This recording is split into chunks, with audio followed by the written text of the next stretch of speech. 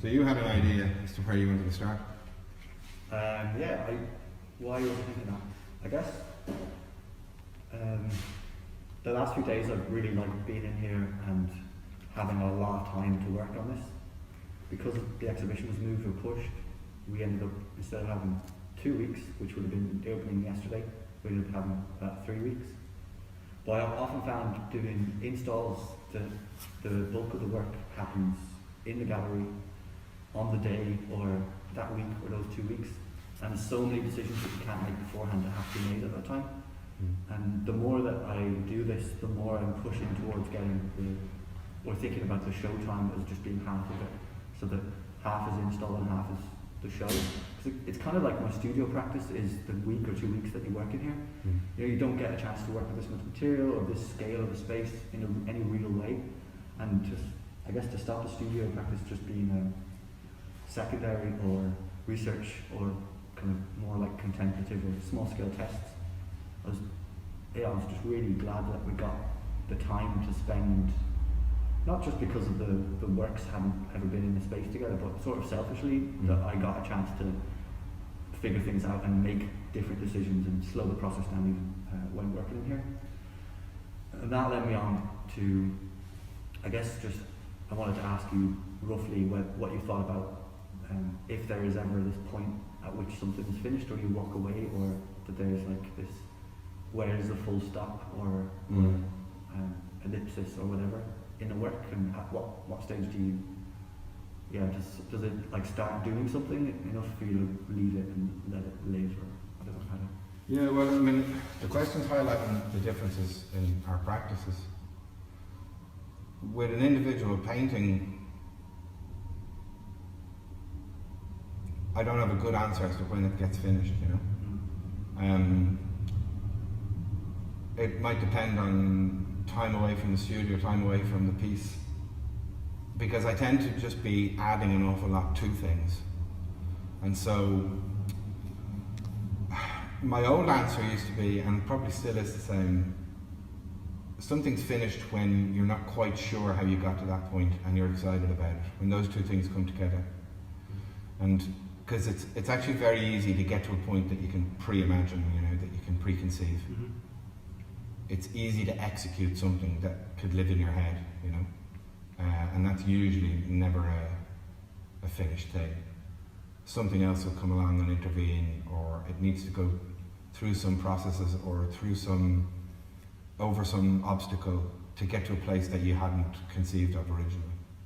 So the tidiest answer to when something's finished is when it surprises you, but you're still very excited about it.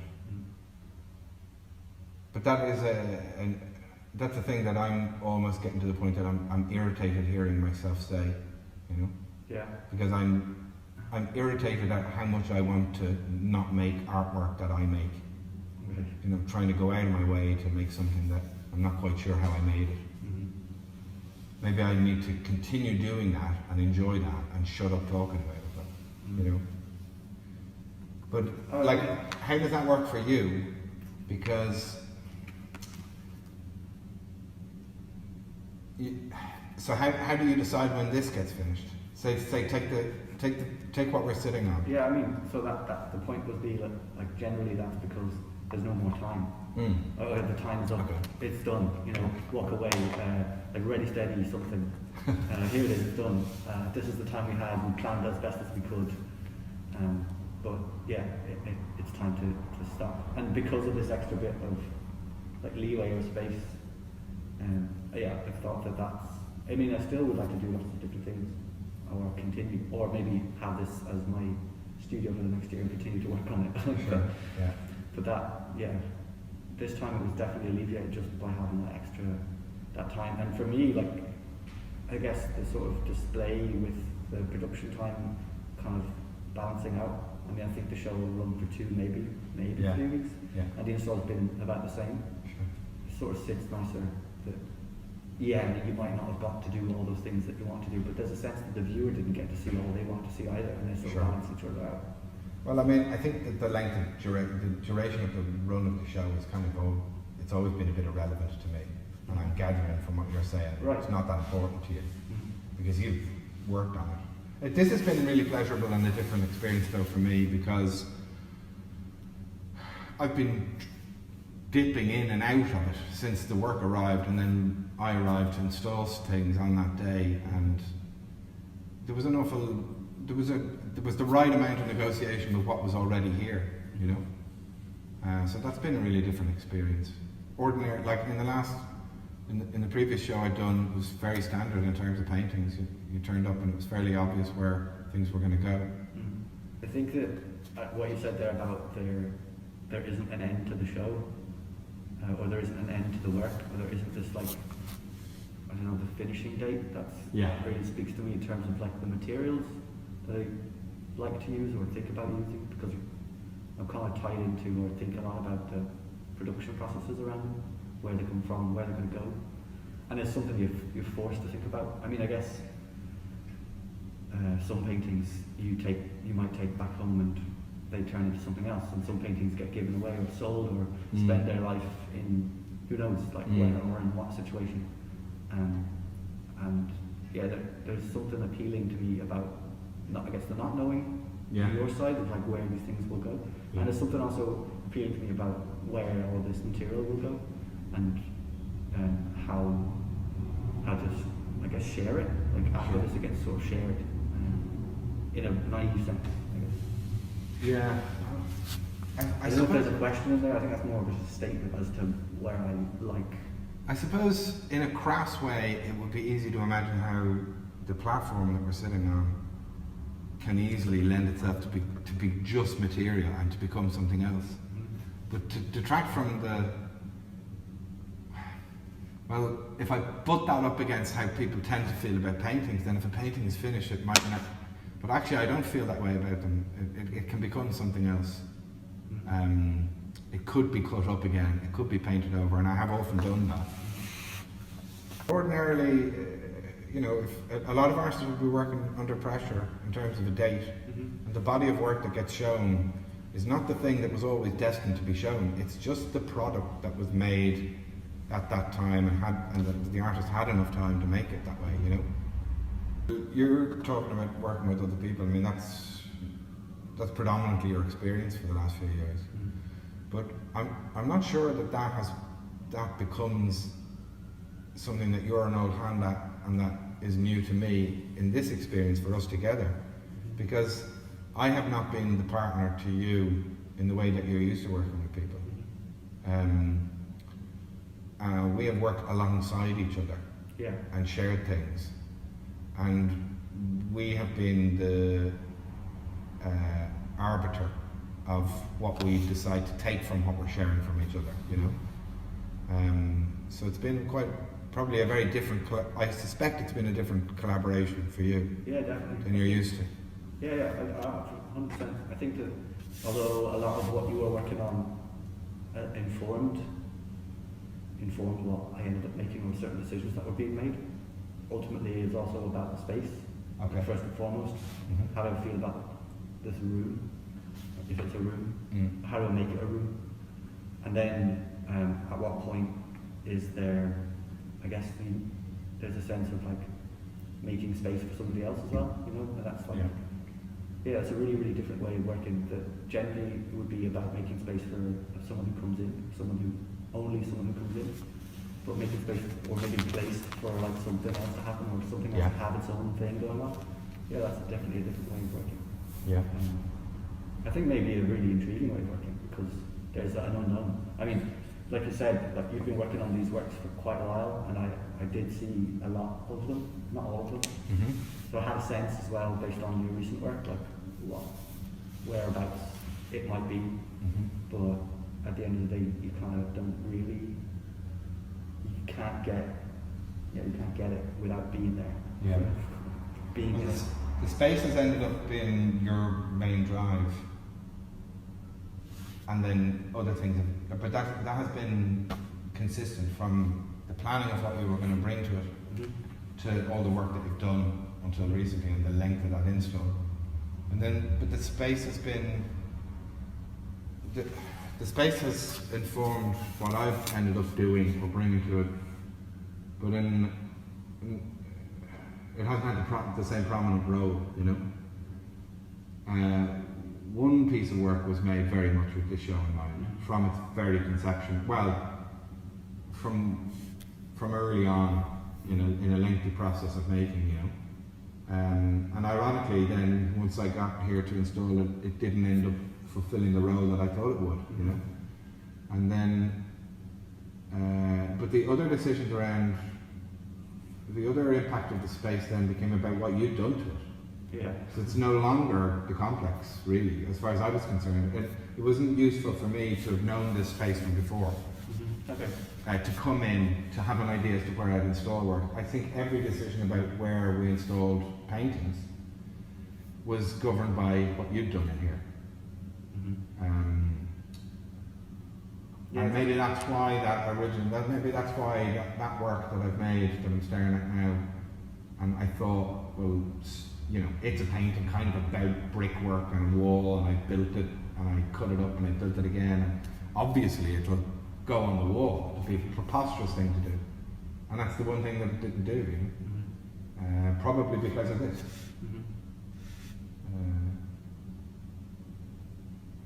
The space has been good. The other thing I thought we might end up talking about at some stage today was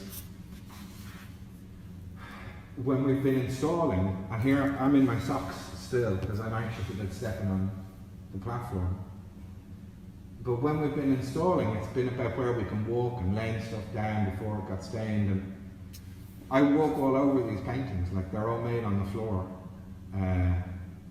I've even stopped working on a table now. And so they're either pinned to the floor or pinned to the decking in the back on my back garden, or just held down with rocks. And I walk across them and I kind of treat them with disrespect until at least they get to a certain stage, and then they're always kind of destined to be upright. And I've been thinking kind of consciously about that as we've been installing, that these things that look relatively, by putting them on the wall, we're essentially putting them on a pedestal. But they are the floor of my studio, essentially. Yeah. One of them literally was. And they're bits of canvas that get worked on in the kitchen and in the garden, on the floor. And I just found it an interesting contrast, whereas you've actually designed the floor, and I haven't been prepared yet to step on it. I guess, ironically though, the floor is sort of designed to be seen from not on the floor. Yeah. If the best view is from above. Yeah. Up a ladder, I found when I was installing, I'd get up every night up this ladder and take a photo because it goes better. Yeah. Because you could see more of it, you could see more of the sort of shapes, you could see the shadows really well. And I think one of the performances is going to have, or has been filmed from above as well. Yeah. But yeah, it doesn't really allow you to see it all at the same time, because because it's a big thing, but also because you don't have the right height, you don't have the right vantage in you. And I think that's something I'm kind of into.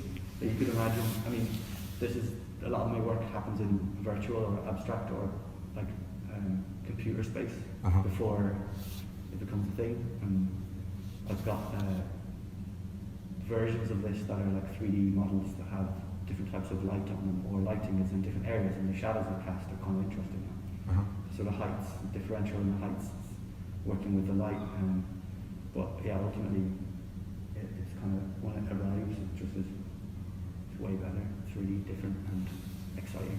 I think if it wasn't for the paintings, I think people would be very conscious, more conscious of the floor as a design element, as an image, as a drawing. Like you're talking about seeing from above. And I think that my paintings will probably stop people.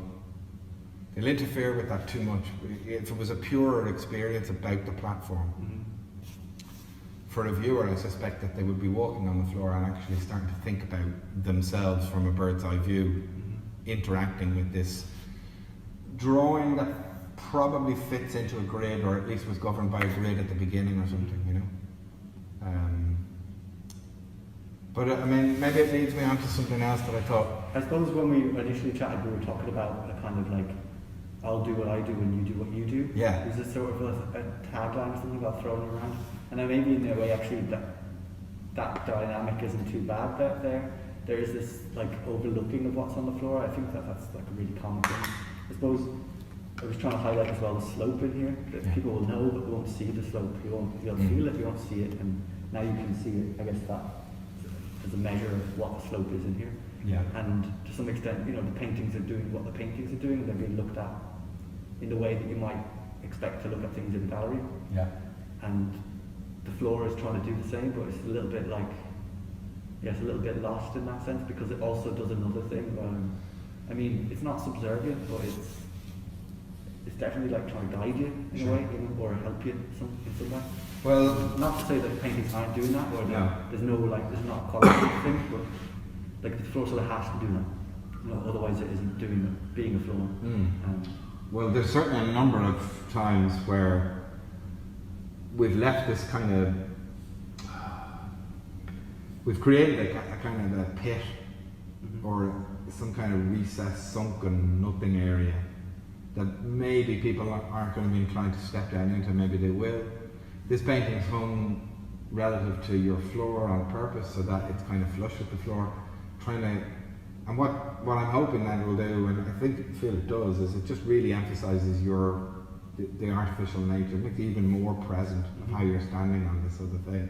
It's like, I was always thinking that we would do that we would govern the bottom of the works relative to the wall works to what you were doing on the platform, because we both like this idea of this place you couldn't step into, and it's more pronounced and obvious there that we're pretty much on the level of the floor as well. So it's like the paintings exist before the floor was installed, and then the floor makes them look a bit preposterous. Like it kind of creates this gulf.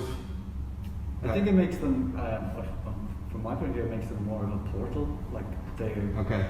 I feel like there's, you're more aware of where you are relative to them, but you're also maybe more aware of how like there's relative scale, and that there's kind of depth that's there. Like there's 3 dimensions. There is some form of 3 dimensions going on, and maybe that's because, like you said, we have designed these spots where you sort of have to reevaluate how close you want to be to the work. Like this one here, how close is the right close, and